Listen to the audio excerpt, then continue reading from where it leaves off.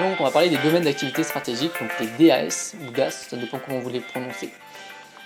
Donc tout simplement, vous avez une entreprise, elle a un domaine d'activité stratégique, donc par exemple la télécommunication, et en fait, elle peut avoir plusieurs domaines d'activité stratégiques. Elle peut avoir justement dans le bâtiment, dans les énergies. Une entreprise n'est pas obligée d'avoir uniquement une seule activité dans un seul secteur.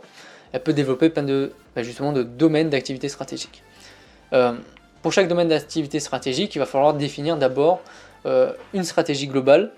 Donc on va les voir juste après. Hein. On va devoir définir une stratégie globale pour chaque DAS et une stratégie domaine également pour chaque DAS. Pourquoi? Parce que chaque domaine d'activité stratégique a ses propres facteurs clés du succès, à son propre contexte environnemental, a plein de choses à prendre en compte qui est complètement différent d'un secteur à un autre, et justement il faut l'adapter en fonction de ça. On ne peut pas avoir une stratégie globale pour toute l'entreprise et l'appliquer à tous les DAS sans prendre en compte le contexte environnemental qui est propre à chaque DAS. Donc il faut vraiment faire le processus stratégique, c'est ça, une stratégie globale et à chaque fois une stratégie de domaine.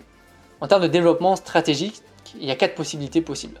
La croissance interne, tout d'abord. Donc on va faire appel à nos propres fonds, à notre propre argent, à l'autofinancement pour financer notre développement interne. La croissance externe, c'est lorsqu'on a des gros projets, on n'a pas les fonds nécessaires, on ne veut pas s'endetter, donc on va faire appel aux investisseurs, aux actionnaires. Voilà, on va faire appel à tous ces investisseurs pour pouvoir investir en entreprise, disposer, faire augmenter le capital social et pouvoir investir massivement.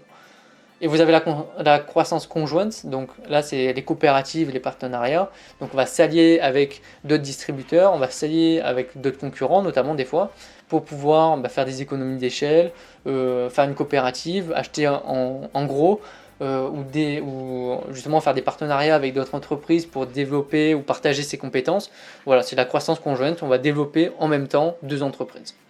Et on a l'internationalisation, donc tout simplement c'est le développement à l'international. Du coup il va falloir redéfinir une stratégie globale pour chaque pays, puisque chaque pays est différent, et évidemment définir chaque stratégie de domaine également qui sont différents.